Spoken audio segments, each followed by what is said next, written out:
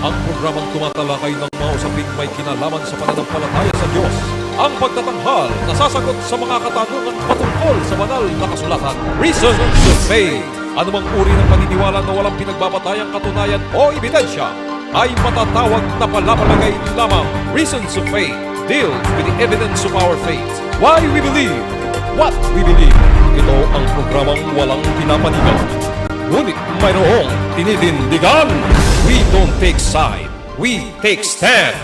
Mula sa Reasons of Faith Media Ministry Studio, Manila, Philippines. Narito si Brother Melvin Sarmiento. Isang mapagpalang araw ang muling ipinapabot ng programang Reasons of Faith. Kami po ay sumasapit sa inyo ng live ngayong araw pong ito ng linggo. Ang petsa po natin ngayon ay February 23, 2020. Kami po ay nagsisimula ngayon sa ganap na alas 10:38 ng umaga. Kami po ay nagagalak na kayo po ay aming makasama sa isa na namang pagtatanghal na may kinalaman po sa usapin ng banal na kasulatan. Ang gagawin po ng programa ngayon ay sasagot sa mga katanungan po na nabinbin nung mga nakaraan pa pong linggo na i-forward ng atin hong mga taga-subaybay. Muli kami nagpapasalamat sa Diyos dahil binigyan niya tayo ng pagkakataon na makapaig sa himpapawid muli ng ating programa. Ang konsepto ng Reasons of Faith ay may kinalaman sa mga ebidensya o katunayan ng ating paniniwala o pananampalataya. Bigyan po natin ng rason ang ating hong paniniwala, ang ating pananampalataya, upang hindi po ito matawag na palapalagay o haka-haka. Kinakailangan pong maging matibay po ang atin hong pinapaniwalaan nakatatag sa ebidensya. At ang ebidensya ngayon walang iba kundi ang salita ng Diyos lamang.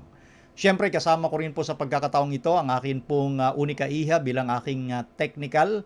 Siya po ay isang 12 years old lamang na akin pong sinasanay sa gawain, Princess Alia Sarmiento. Siyempre kami din po yung nagpapasalamat kayo po ng mga taga-subaybay sa iba't ibang bahagi ng ating sanglibutan.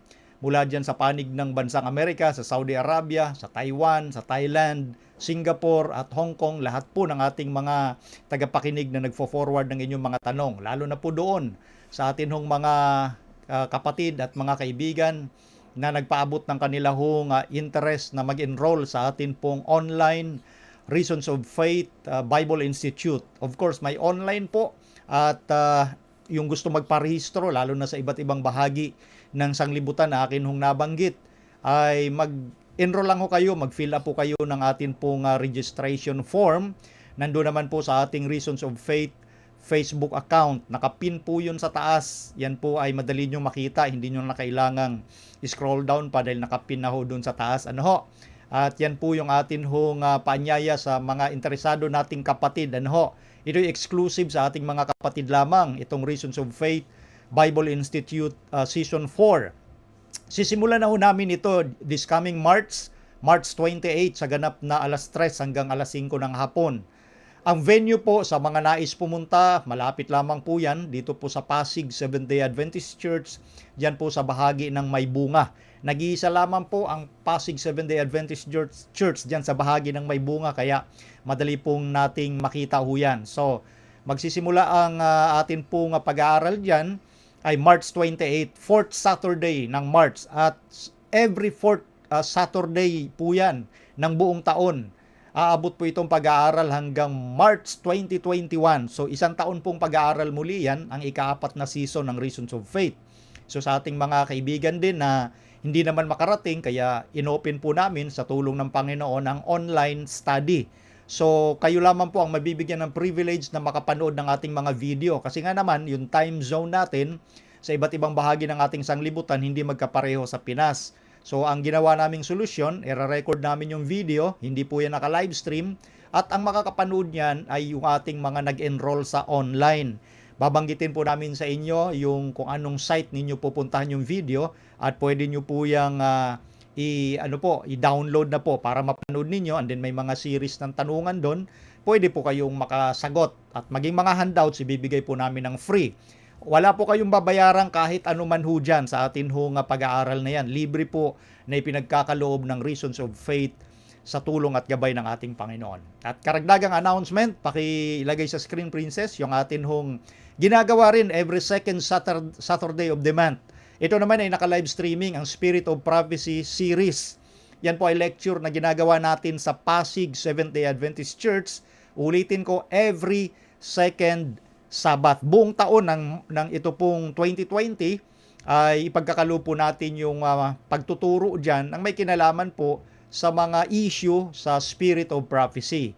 So, nakadalawang topic na ho tayo dyan at this coming second Sabat naman ng March, yung ating pangatlong episode natin pong gagawin. Yan naman ay naka-live streaming sa mga kaibigang gusto ring manood at interesadong makinig ng lektura na yan. Okay? So, yan po yung atin hong mga gawaing itinataguyod ng Reasons of Faith. At syempre, atin din pong gustong batiin muna bago tayo lubusang dumako doon sa pagsagot sa ating mga katanungan. Yung atin hong mga kapatiran na dinalaw kahapon dyan sa may C5. Lahat po kayo ay akin pong binabati ng mapagpalang araw po. At ganun din yung atin hong nagpaabot na pagpapasalamat na missionary po ito sa Philippine Frontier Mission, si Sister Jingjing Panugaw Talisik at ang kanyang asawa ay binabati ko po dahil sa kanilang kasiglahan, sa kanilang pagmimisyon dyan sa bahagi po ng Mindoro. At ako'y natutuwa at nagagamit po yung mga videos ng Reasons of Faith para po doon sa mga native nating kababayan na pinapanood daw po nila at tuwan-tuwa sila at sabi nga nila nagpapalakpakan pa sa tuwa yung mga native natin. So salamat sa banal na Espiritu at naunawaan nila yung mga topic natin dyan dahil ganun na lamang ang kanilang kasiglahan daw. Kaya natutuwa ito sila Sister Jingjing at ang kanyang asawa dahil nakakatulong kahit video man lang natin na maipanood doon sa atin hong mga kanilang minimisyonan na mga native dyan sa bahaging ng Mindoro. So patuloy kayo hong pagpalain ng ating Panginoong Diyos. At syempre, binabati natin sila Brother Mardem at Sister Ann. Good morning po sa inyo. Sila Daisy Cab at si Jean at sa kanilang mga kasamahan, binabati namin ng mapagpalang araw. So yun po yung atin hong pagpapaabot ng pagbati. At bago na natin sagutin yung mga tanong na nakahanda na ho rito, tayo po muna ay magtatagubilin sa atin hong Panginoon sa pamamagitan po ng isang panalangin. Ama naming Diyos, kami po'y nagpapasalamat, napakabuti ninyo at niloob ninyo na kami makapagtanghal ng live sa Reasons of Faith upang maipahayag ang inyong mga salita sa mga taong sincero na gustong matuto at maalaman ang inyong kalooban sa bawat isa para sa kaligtasan na inyong iniaalok sa inyong mga anak. Tulungan kami ng Santong Espiritu na maipaabot ang mensahe ayon sa inyong salita at hindi ayon sa aking salita, hindi ayon sa aking karunungan, kundi ayon sa inyong karunungan, O Diyos, sa pamamagitan ng Santong Espiritu. Anumang mga kasalanan na inyong nakita, nais po naming hingin ang kapatawaran upang ito hindi maging hadlang sa malayang pagdaloy ng katotohanan sa aming mga kaibigang nanonood. Maraming salamat sa pagdinig sa aming dalangin, alang-alang na lahat sa pangalan ng Panginoong Yesus. Amen. Okay, so ang una nating ipaglilingkod na tanong, Princess, pakilagay sa screen, ay itong galing kay Liam Zac Tenosio. Nakita ko yung kanyang file. Ito din po ay kasama din sa nag-enroll sa ating Reasons of Faith. Taga-Italy ho siya. Dahil doon sa pagkakita ko sa kanyang file. Ang una niyang tanong, Bro, pwede pa ulit magtanong? Bro, paano mo malalaman sa iyong sarili na ika'y Kristiyano maliban sa pagsunod sa 10 utos? Kasi sa panahon natin ngayon, Kristiyano daw sila, pero kulang naman sa pagsunod. Salamat po uli, bro. Okay, so maraming salamat, Brother Liam Zac, sa iyong katanungan. Anyway, sabi nga niya doon sa unang bahagi, pwede pa ulit magtanong. Sabi ko nga po, ang programang Reasons of Faith nakadesenyo po sa pagsagot sa anumang katanungan na may kinalaman po sa Biblia. So kahit ilang tanong pa ho ang inyong i-forward, kami po'y natutuwa sapagkat itong programa ay amin pong itinaguyod, siyempre sa biyaya ng Diyos, para sagutin po yung mga inquiry. Ito po'y apologetic style ng program. Ibig sabihin, sumasagot ng mga tanong ayon po sa amin hong paniniwalang pinapaniwalaan na nakabatay po sa ebidensya. So welcome po ang lahat magtanong. Ito po'y nakadesenyo para sa inyo. Bagamat nabanggit ko, analytics po ito at apologetic style ng programa, kami po ay nagpapahayag hindi sa aming kuro-kuro, kundi ayon po sa ebidensyang ipinipresenta namin sa inyo, gaya po sa mga videos na mga nauna na nating tinalakay regarding sa prophecy. So kaya sinisikap namin sa tulong ng Panginoon na sagutin lahat. So welcome po. forward lang po kayo na mag-forward. Bagamat kung minsan hindi agad namin nasagot dahil sa kakulangan din po ng oras, sasagutin pa rin ho namin yan. Wala po kaming tanong na hindi po sinasagot kung ang usapin o ang tanong ay mula sa Biblia. Ano ho? So, sabi nga niya rito, paano malaman sa iyong sarili na Kristiyano ka maliban sa pagsunod sa 10 utos? Sa panahong ito, ika, kasi ngayon daw, ay may mga nagsasabing Kristiyano nga sila pero kulang naman sa pagsunod. So ganito ano ho. Ang ating titingnan at sasagutin po rito ay may kinalaman po sa kautusan at yung gusto ng Panginoon na kanyang ipagawa sa atin. Hindi ko na po titingnan dito yung ibang maaring nakita ninyo na kulang sa pagsunod kasi ang importante dito yung relasyon natin sa Diyos. Maaring meron tayong malasakit sa iba, bakit hindi sila sumusunod, pero kailangan din po nating itaguyod muna yung sarili nating ugnayan sa Diyos at yung gusto ng Diyos, yung kanyang kalooban na nais iparating sa mga tao. Kasi nga po, kagaya nito, paano mo malalaman sa iyong sarili? So sa Biblia ho, ipinaalam na ng ating Panginoon sa Efeso pa lang, Efeso 2:8. Gusto pong basahin ito ano ho. Ito po ang tinatawag na may usapin na may kinalaman sa salvation or kaligtasan. Ito po ang pinaka-core, pinaka-sentro ng usapin ng kaligtasan. Papaano mo malalaman? Ito ho. Ang sabi dito sa 8 at hanggang 10, sapagkat sa biyaya, kayo'y nangaligtas sa pamamagitan ng pananampalataya at ito'y hindi sa inyong sarili, ito'y kaloob ng Diyos. So stop na muna tayo doon. Sabi rito ng apostol na si Pablo na lingkod ng Diyos, sa biyaya tayo'y nangaligtas. For by grace we are saved through faith. Tayo do'y naligtas ng biyaya sa pamamagitan ng pananampalataya. At idiniin dito, ito'y hindi sa inyong sarili, ito'y kaloob ng Diyos. Itong yung binabanggit kong core, pinakasentro po ito ng principle of salvation. Ang kaligtasan po ay hindi nanggagaling sa ating sarili. Meaning to say, kahit anong gawin natin na mga gawang mabuti, hindi iyan ang paraan para ikay maligtas dahil doon sa salitang ito'y kaloob ng Diyos. Gift, regalo ang kaligtasan.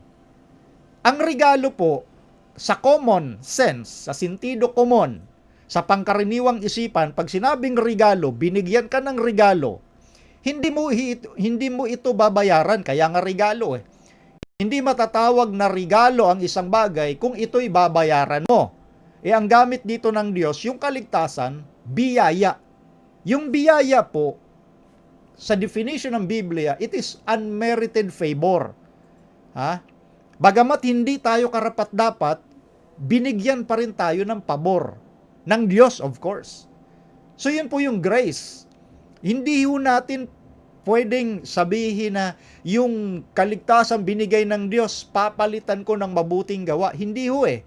Huwag ho munang magtaas ang inyong kilay. Itutuloy ko ho ang paliwanag. Hindi pa ho tayo tapos. Ituloy ko lang ang basa sa 9 at 10. Pakinggan nyo po. Hindi sa pamamagitan ng mga gawa upang ang sino man ay huwag magmapuri. So itong maliwanag.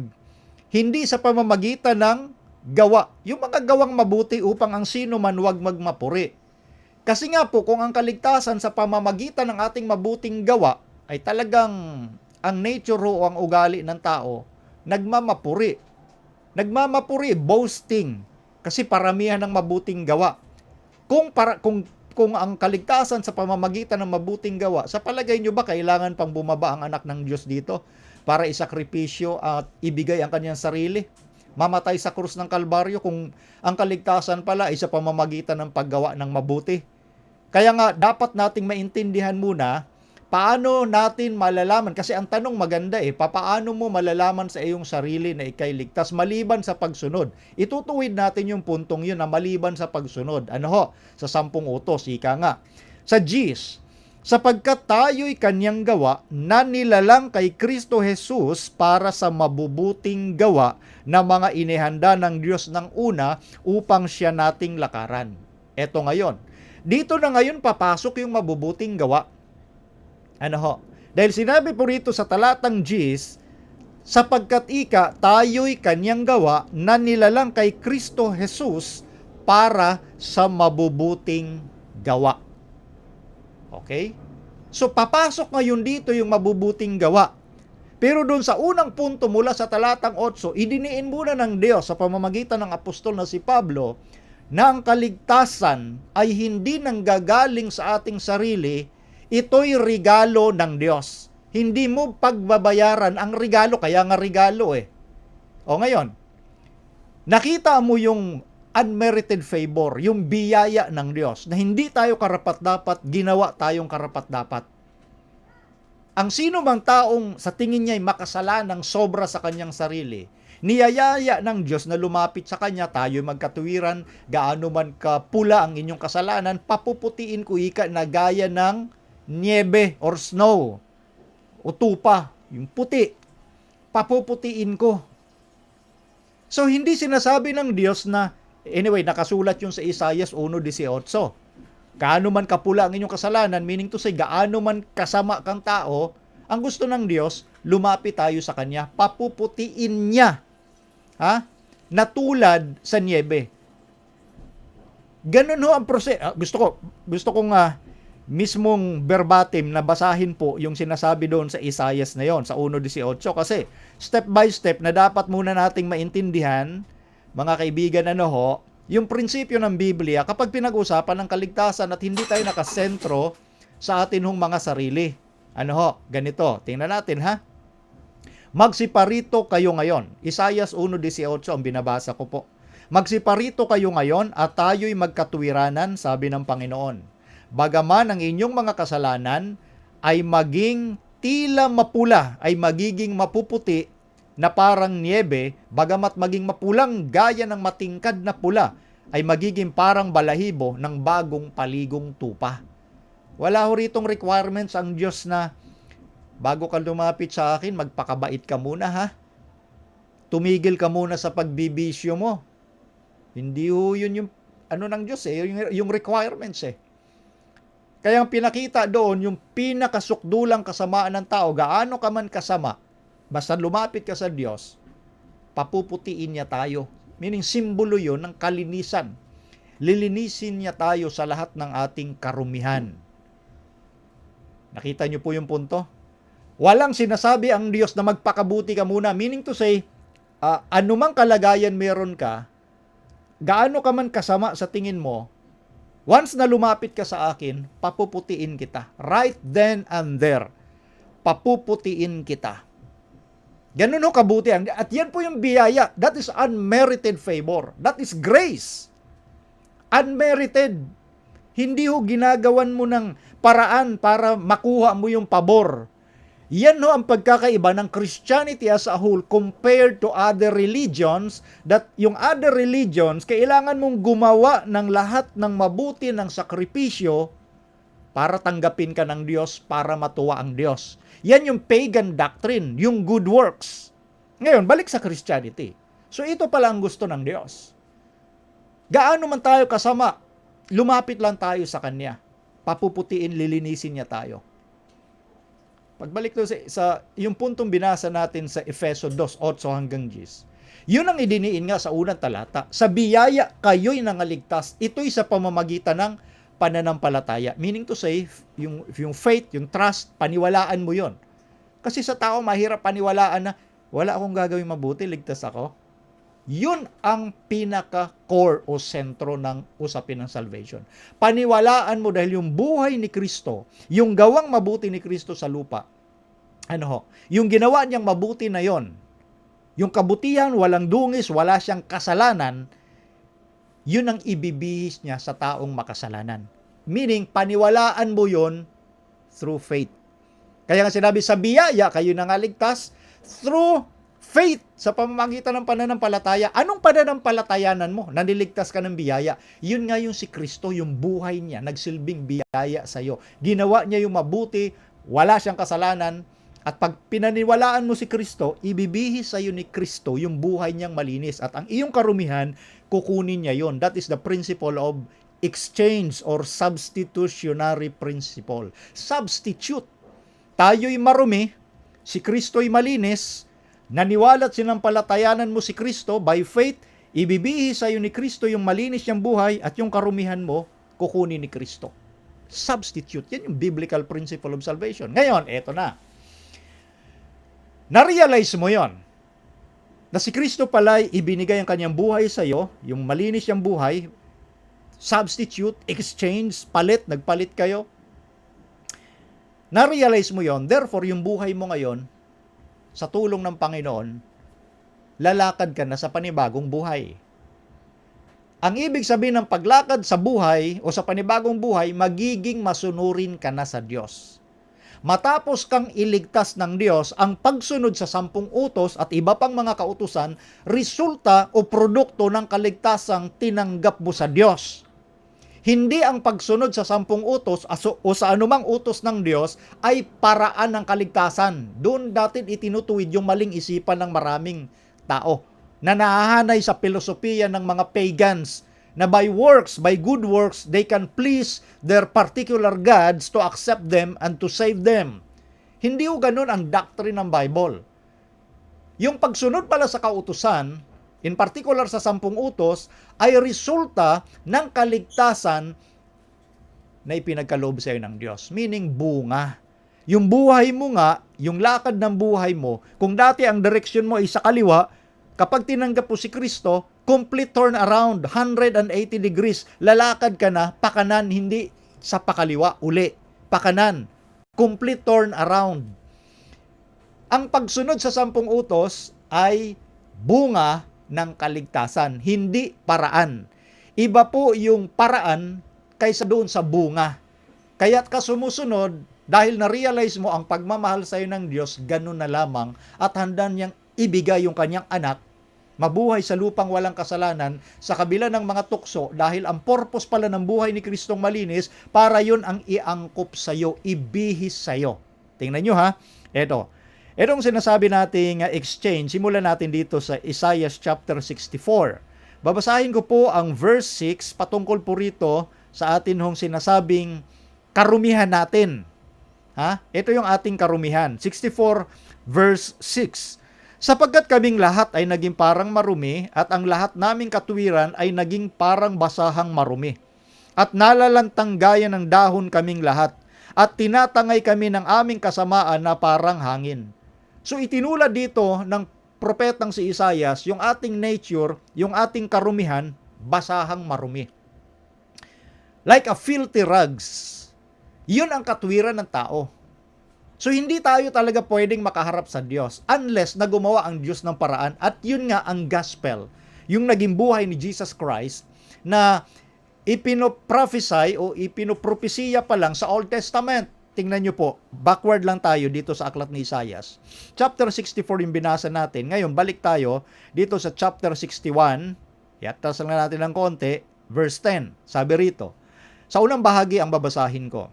Ako'y magagalak na mainam sa Panginoon, ang aking kaluluwa ay magagalak sa aking Diyos, sapagkat binihisan niya ako ng mga damit ng kaligtasan, kanyang tinakpan ako ng balabal ng katuwiran. Stop na muna ako doon. So yun yung prinsipyo, yung pamamaraan ng kaligtasan, sinabi na sa Old Testament pa lang. Ha? Dito'y sinasabi ng propetang si Isaias, yung kagalakan niya sa Diyos, bakit? Binihisan niya ako ng damit ng kaligtasan. Damit ng kaligtasan. Symbol po ito, yung damit na yon. Tinakpan ako ng balabal ng katuwiran, the robe of righteousness. Nakahula. Sa Isaias pala, nakahula na yung gagawin ng Messiah, na si Kristo. Particularly sa chapter 53, yun ang gagawin niya. Kaya tuwan-tuwa si Isaias, knowing and understanding the process of salvation, na wala talaga tayong anumang ginawa doon. Dahil ang Diyos mismo ang gumawa ng solusyon, bibihisan niya tayo, tatakpan niya tayo ng robe of righteousness, balabal ng katwiran, damit ng kaligtasan. Yung binanggit ko kaninang substitutionary. Kasi marumi tayo basahang marumi. So kahit anong gawin mo sa harap ng Diyos, still, ang tingin pa rin sa atin ng Diyos, basahang marumi. Unless na ang Diyos ang gumawa nung damit at robe na itatakip sa atin na sinabi ni Isaias. Itong sinasabi sa Old Testament, pinalinaw ito sa New Testament. Ito ho, babasahin ko muli. Ang sulat ni Pablo sa mga taga-Galacia. Ang kapitulo po ay 3 at ang talata po ay 27. Ganito naman ang sinasabi. Pakinggan niyo po. Sapagkat ang lahat nasa inyo ay binautismuhan kay Kristo ay ibinihis si Kristo. So nakita niyo? Yung bihis, yung damit, yung balabal. Kanino? Si Kristo.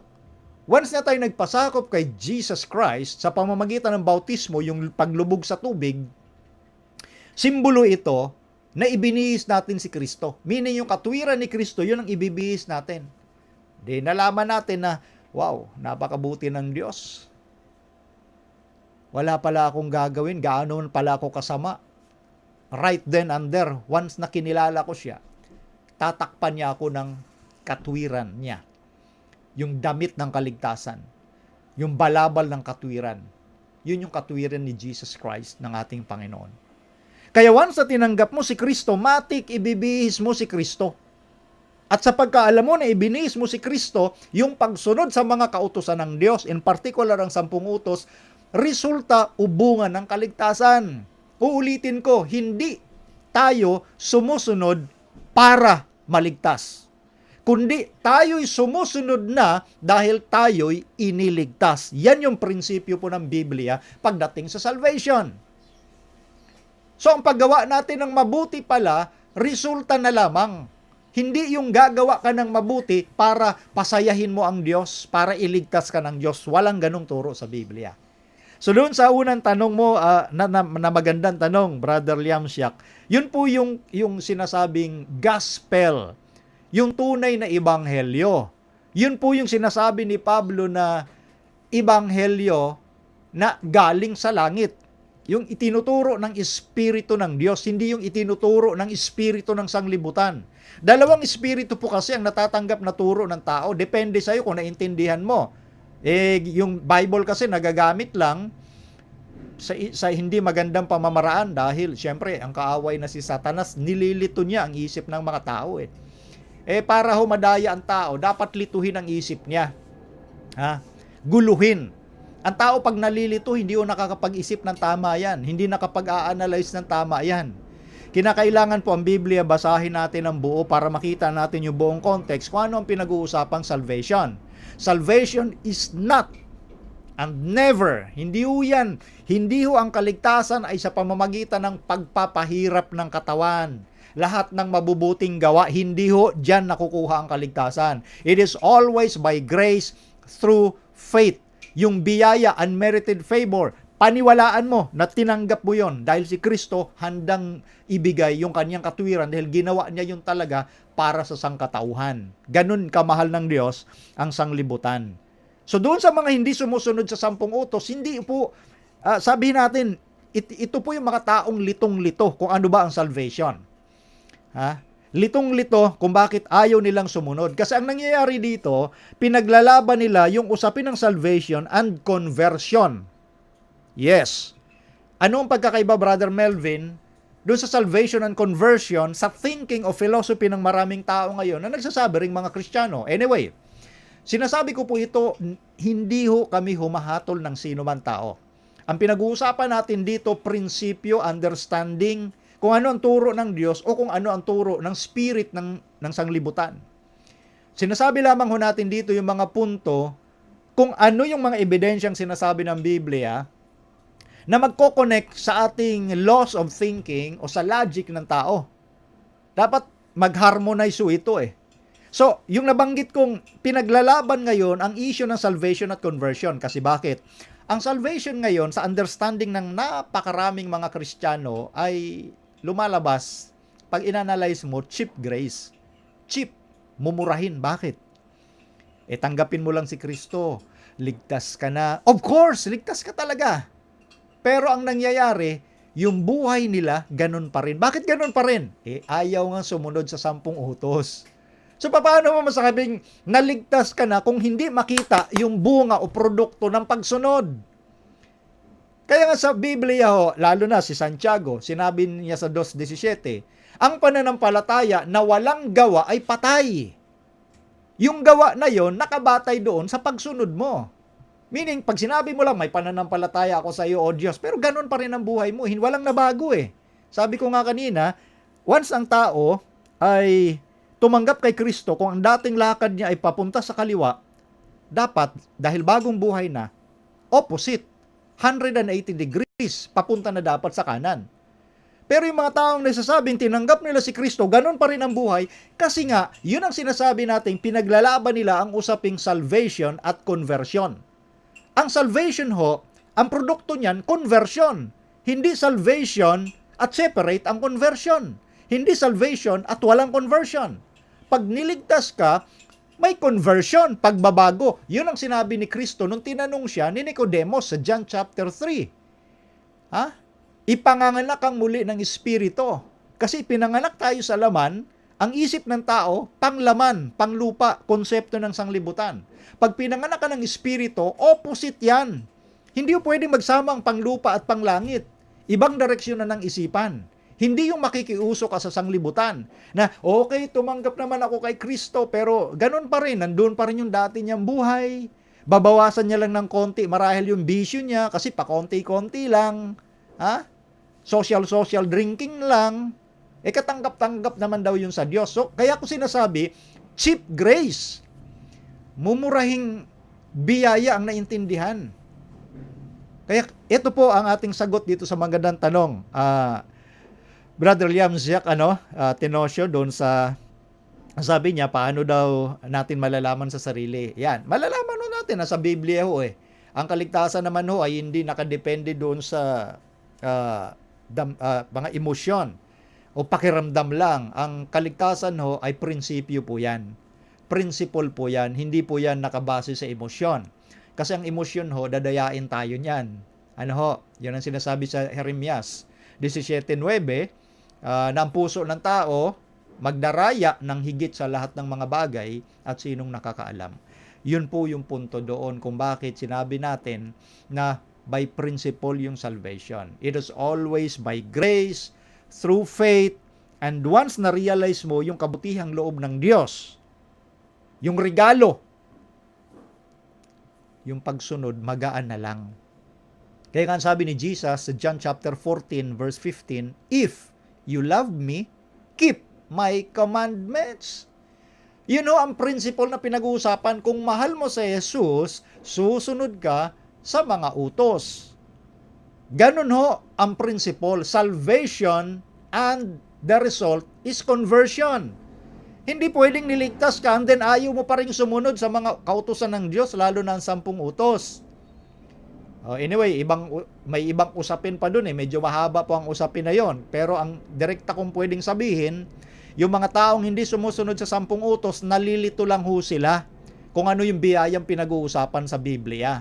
Nalito ho sila kung ano yung sinasabi ni Kristo na sa biyaya kayo'y nangaligtas.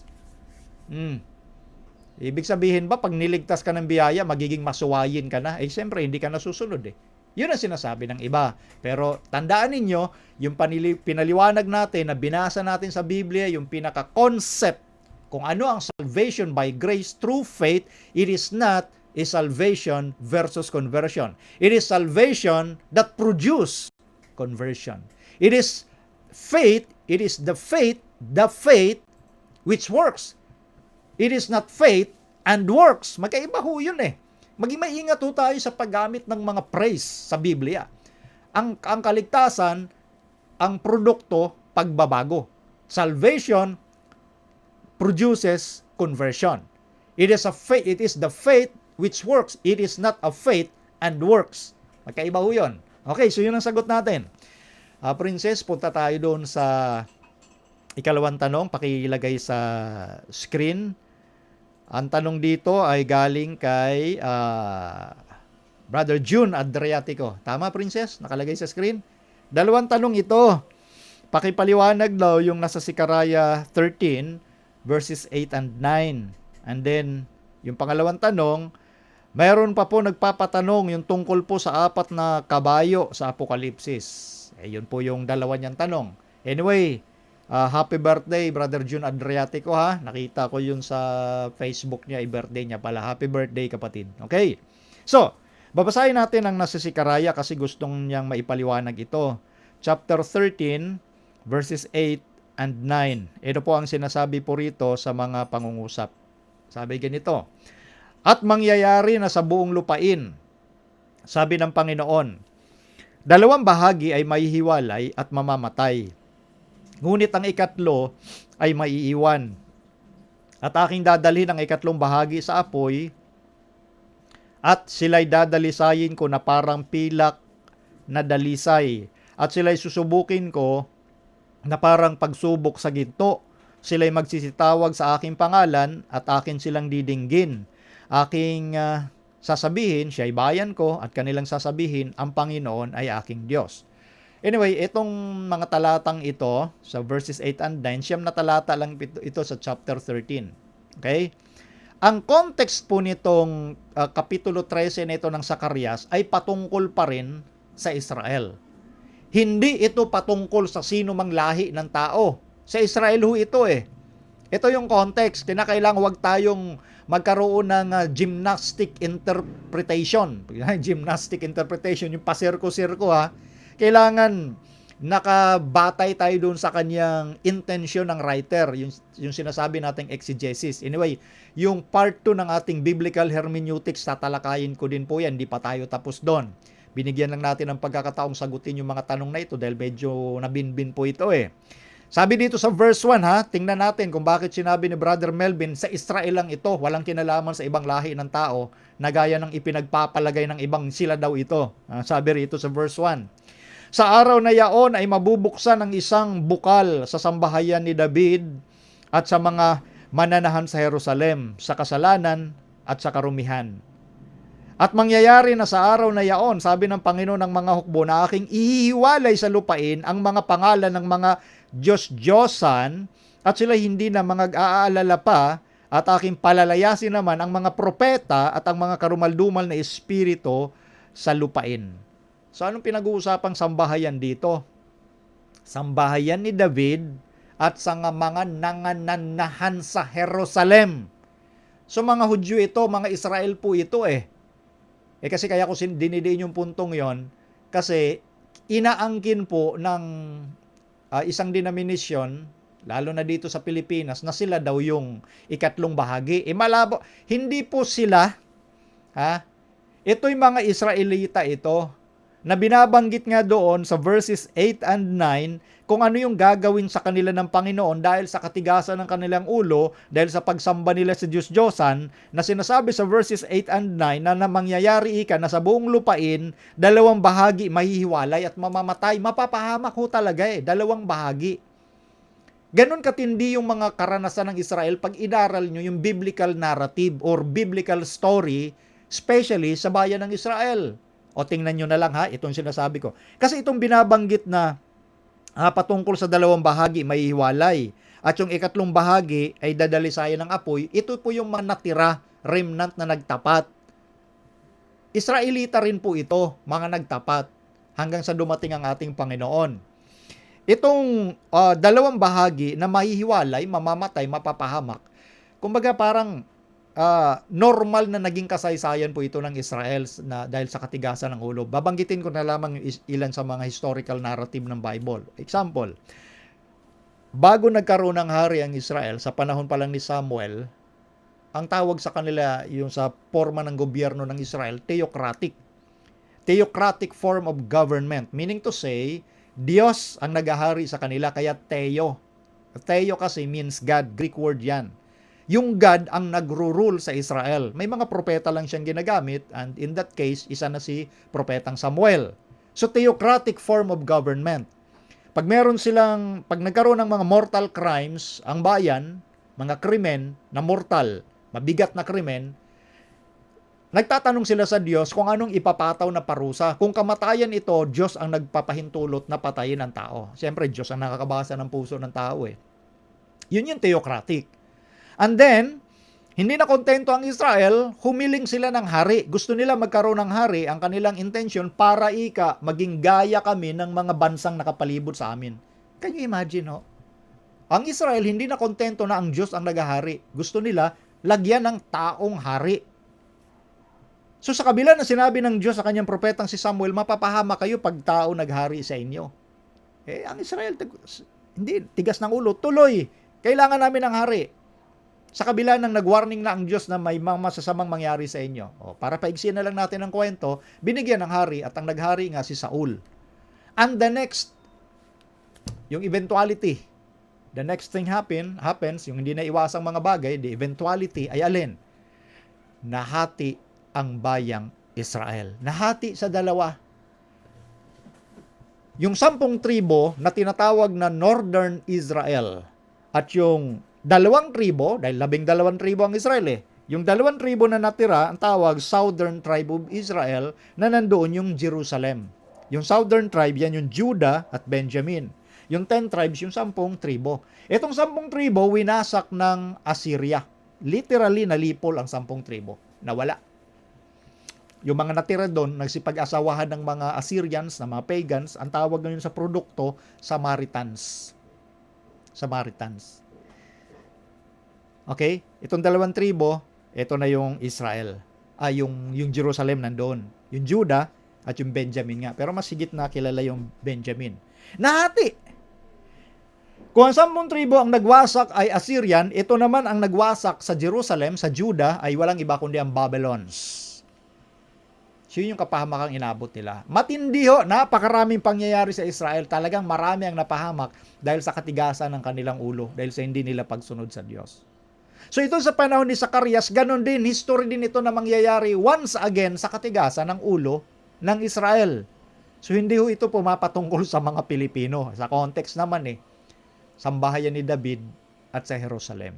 So kaya naitanong ito ni Brother June kasi nga may mga naringgan ito na ito daw ay pumapatungkol sa isang samahan dito sa Pilipinas. Sa hermeneutics makikita ninyo, diyan sumasablay ang marami. Hindi kinonsider yung chronology, meaning yung time. Hindi kinonsider yung space or geography, yung location. Ang pinag-uusapan kasi dito, Israel. Doon mismo sa kanilang geography. Hindi ho ang pinag-uusapan dito ay Amerika, Japan, China, Russia o Pilipinas.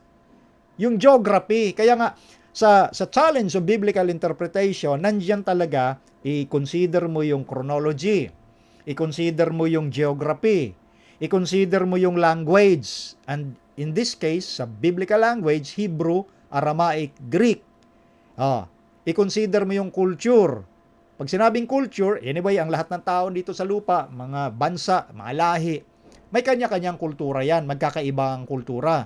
Pag sinabing culture, it is a total pattern of human behavior that include thought, speech, actions, or artifacts. Yung religion, yung belief. So, kinoconsider yan, maging yung literary, yung paraan ng pagsulat. So, at least yung 5 bagay, i-consider mo yan pagdating sa biblical interpretation. Part po yan ng agham at sining ng pag-unawa ng Biblia. Kaya ko idinagdag lang yung puntong yon kasi nga may mga nag-aangkin na ang Zechariah 13:8 and 9, yung ikatlong bahagi daw na dadalisayin ng Panginoon ay nandito sa Pilipinas. Naku po, madali pong mag-angkin pero iba po ang pagpapatunay. Yan ang dapat nating maintindihan sa usaping ito. Madaling mag-angkin, pero ang pagpapatunay, yan ho'y mahihirapan ho kayo kasi hindi ho talaga yun ang sinasabi patungkol dyan. Anyway, nandoon naman sa verse 1 pa lang Sa verse 1 pa lang, ang sinasabi roon ay walang iba kundi ang Jerusalem, ang sambahayan ni David. Ang dadalisayan, syempre, lagi naman sa Israel, laging may remnant, laging may natira, doon sa kanilang dispensation. May mga napapahamak talaga.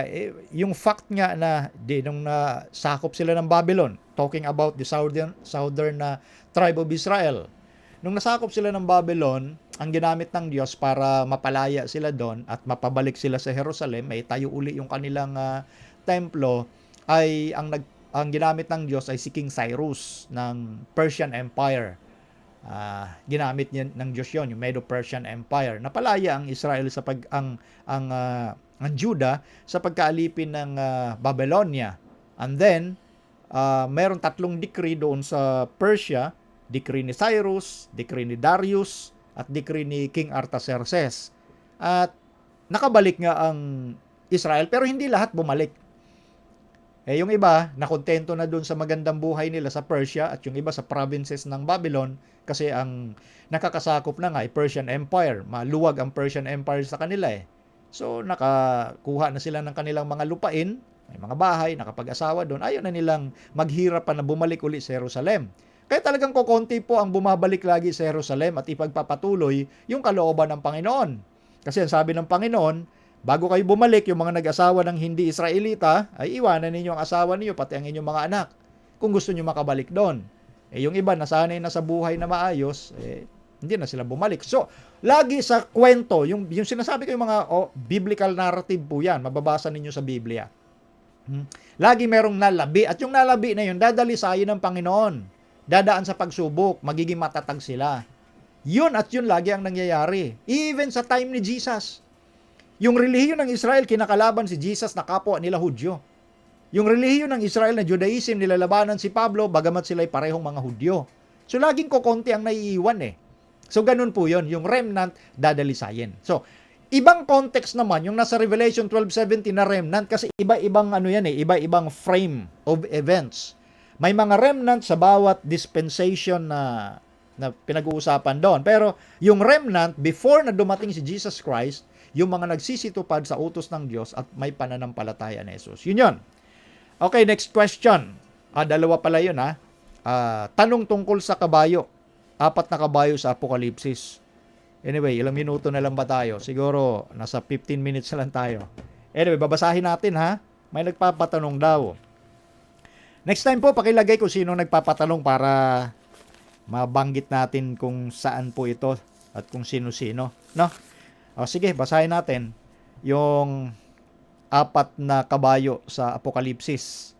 Ito po ay nasa Kapitulo 6, yung gustong malamang kasagutan.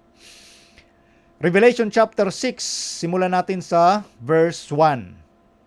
Patungkol sa 4 na kabayo. Anyway, itong chapter 6 ng Revelation, patungkol sa 7 tatak. Pero ang pinakita lang sa chapter 6, 6 na tatak. Ang ikapito ay mababasa ninyo sa chapter 8 na. So, ang context pertaining sa kinasasakupan ng 4 na kabayo ay patungkol sa 7 tatak yon.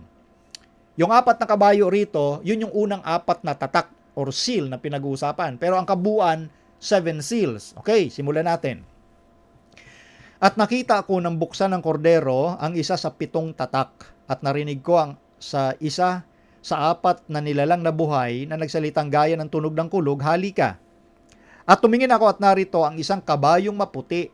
At siyang nakasakay dito ay may isang busog at binigyan siya ng isang putong. At siya yumaong nagtatagumpay at upang magtagumpay. So ang unang kabayo, puti. Meron siyang busog.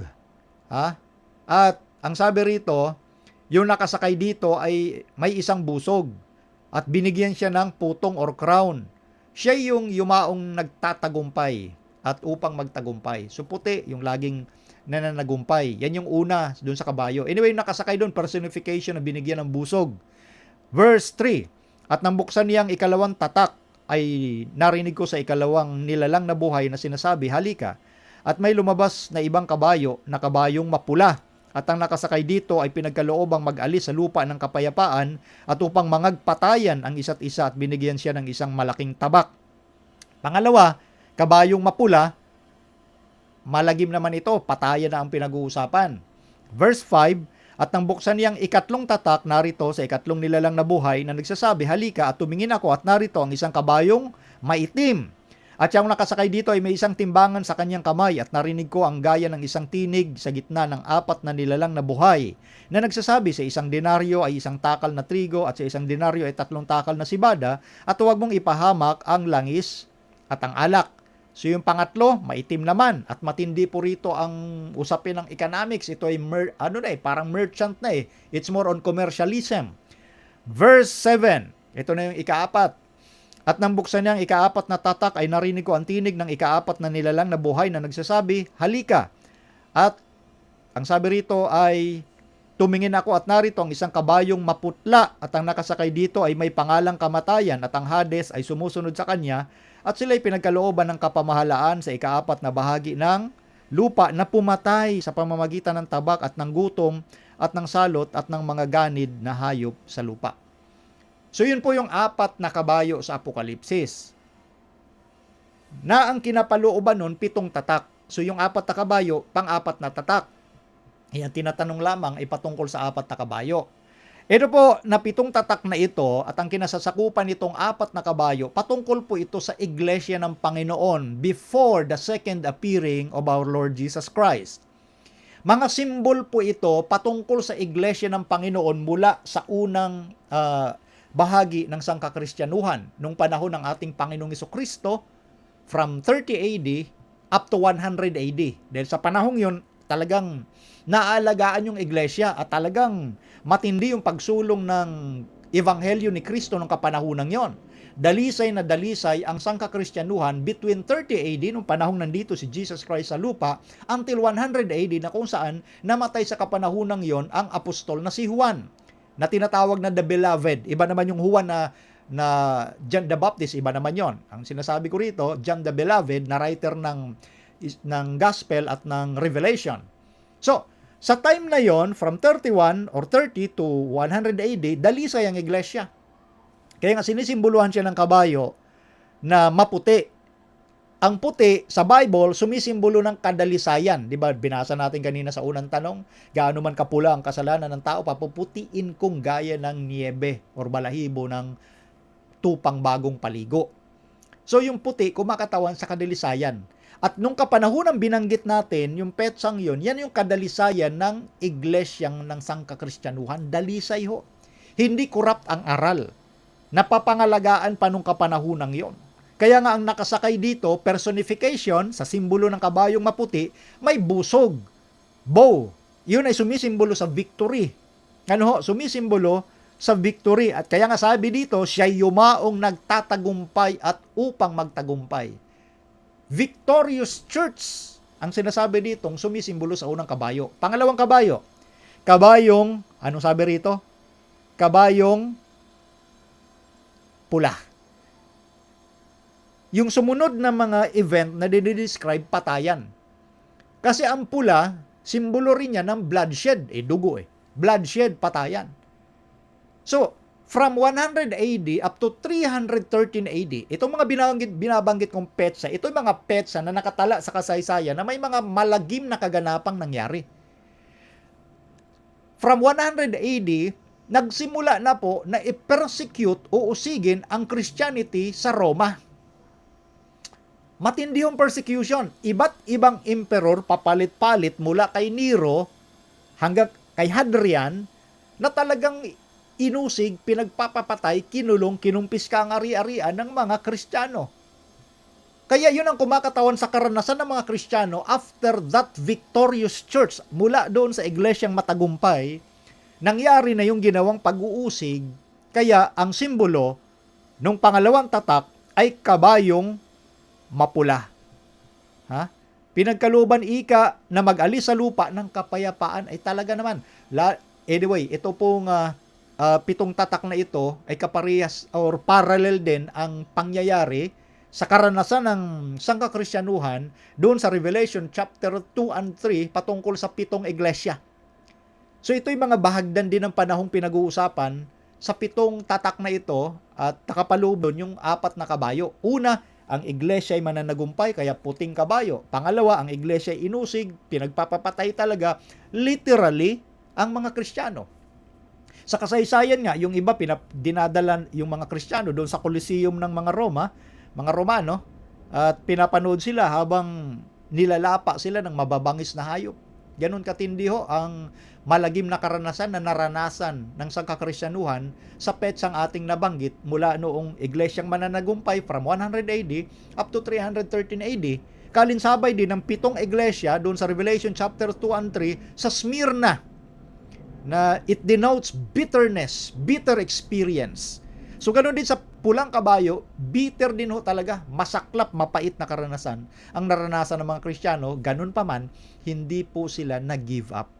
Hanggang kamatayan, hindi nila ipinagkanulo ang ating Panginoon. And then, after nito pong kabayong mapula, nung binuksan yung 3 tatak, ang nakita naman dito ay kabayong maitim. Ang black, itim, dito sa context na itong pinag-uusapan, it denotes corruption. Dahil alam nyo kung bakit? Eto Nung 313, doon po nag-end, di ba, yung pangalawang kabayong mapula. Nung 313, doon po nagtapos yung persecution sa mga Christian. Bakit? Nung 313, doon ginawang legal ni Emperor Constantino ang Christianity. Meaning, bago umupo sa Emperor Constantino, illegal ang Christianity. That's why they are persecuted, simbolo sa kabayong mapula. At nung ito ng itim, corruption na. Ngayon, Brother Melvin, parang nalito ako. Paano naging corruption? Di ba na-legalize ang Christianity? Yes! Nilegalize ni Emperor Constantino noong 313 at okay na sana, malaya ng Christianity, kaya lang eto na. Yung mga leaders ng Christians during that time of Emperor Constantino ay nakipag-compromise sa gobyerno ni Constantino sa Roma. Hanggang yung compromise na yun, nauwi, na yung standard ng Christianity, for example, ganito kataas ang standard nila, ibinaba nila yung standard para maabot yung standard ng mga pagano na pinangungunahan ni Emperor Constantino.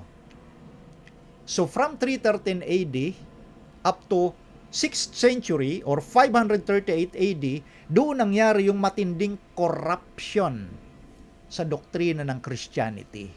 Mababasa nyo yung sinasabi ko sa mga aklat ng kasaysayan ng mga historian, ng mga Christians. Bibigyan ko kayo ng isang halimbawa, ha? Yung Sabat na Saturday, sa Biblia, Saturday ang Sabat, nakipag-compromise ang mga leaders ng Christian. Dahil si Emperor Constantino, naglabas ng batas pertaining sa araw ng linggo, Sunday Law. Ang tawagan doon ay the Blue Sunday Law. Ano ang Blue Sunday Law? Ang Blue Sunday Law ay batas civil, walang kinalaman sa relihiyon, pero ang batas na yon, maliwanag sa batas na nilagdaan ni Emperor Constantino, yung paggalang sa kagalang-galang na kaarawan ng araw, sun, S-U-N, sun. Worshippers or mananamba ng araw ang mga pagano. Yan ang kanilang Baal or Mitras sa ibang tawag.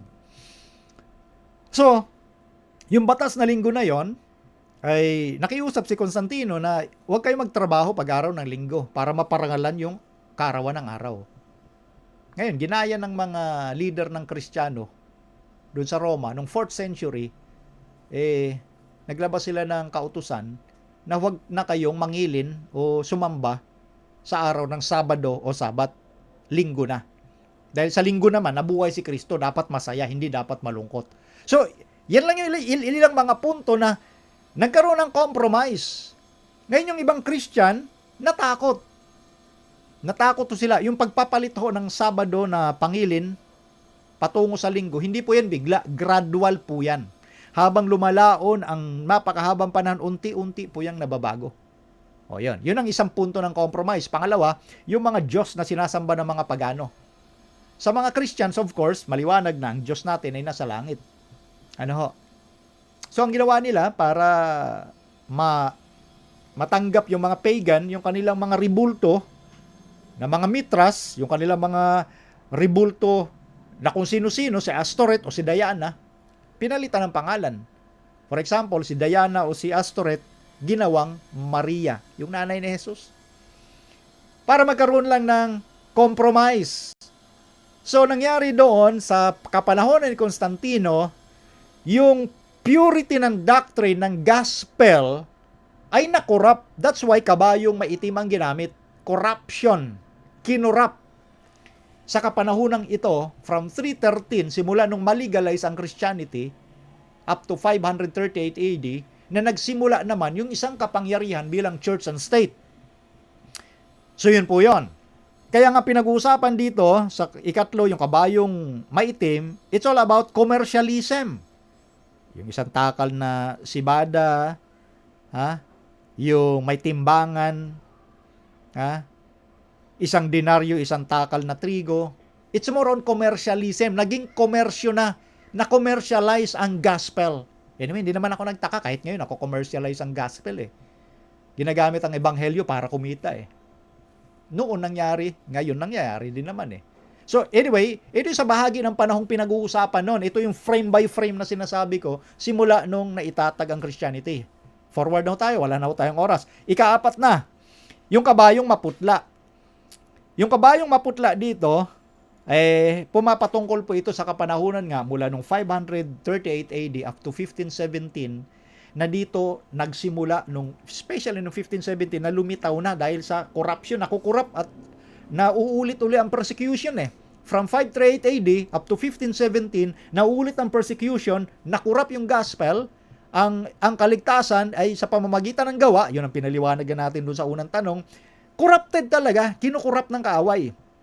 So nagsimulang lumutang nung 16th century, yung tinatawag na Reformation period.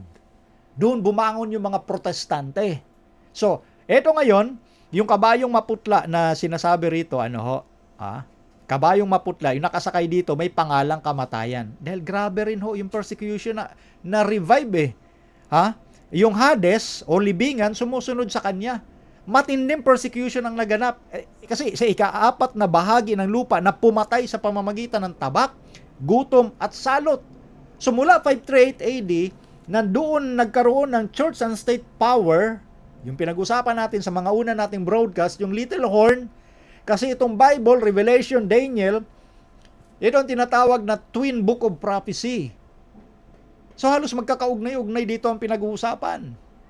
Okay, yun yung kumakatawan sa kabayong maputla. Matindi na persecution na naman, kagutom ang nangyari sa balat ng lupa, kasi ang binabanggit dito, yung ika-4 na kabayong maputla, pinagkalooban ng kapamahalaan or authority sa ika-4 na bahagi ng lupa. Ganun kalawak at katindi yung naganap din na persecution mula nung naitayo ang sistema ng papacy as church and state noong 538 AD under the military protection of Emperor Justinian na si Belisarius, si General Belisarius. That's why, yun po, sa ika-4, kabayong maputla, at kung ituloy natin yung ika-5 tatak, kumakatawan yun doon sa mga kaluluwang humihingi ng hustisya.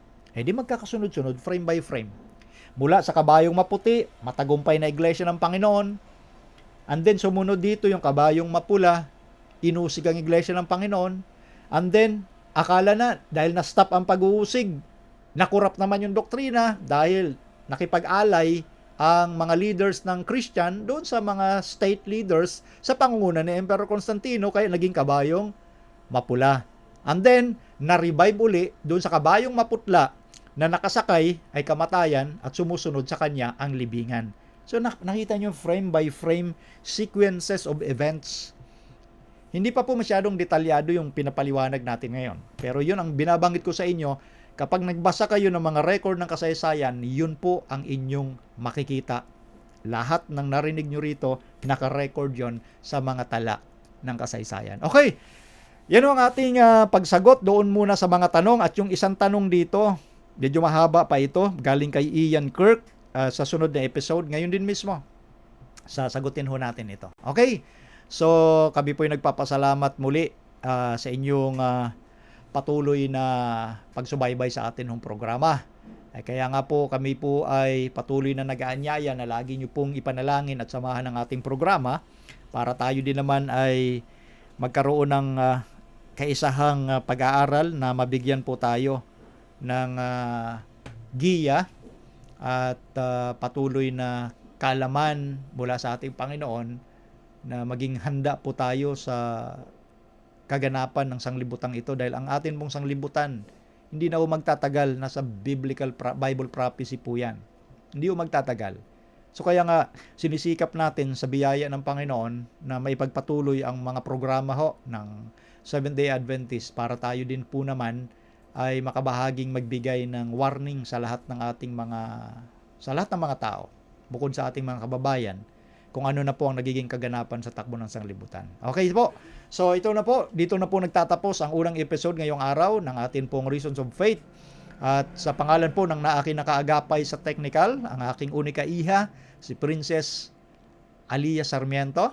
At ganoon din, ang aking may bahay, si Maiden Sarmiento. Ito po si Brother Melvin Sarmiento na nagsasabing, Pagpalain tayong lahat ng ating Panginoon at bago tayo lubusang magtapos, tayo po muna ay mananalangin. Ama naming Diyos, salamat po na inyo kaming ginabayan sa aming pong pag-aaral at aming dalangin na patuloy na pagpalain ng programa at lahat ng nakinig. Sana sila'y makinabang na ang pag-asa at karunungan ay kanilang maranasan buhat sa inyo upang magbigay daan na sila po ay maging masikap sa paglilingkod sa mga huling araw na ito. Ito po ang aming dalangin sa pangalan ng Panginoong Hesus. Amen. Okay po, God bless po sa inyong lahat.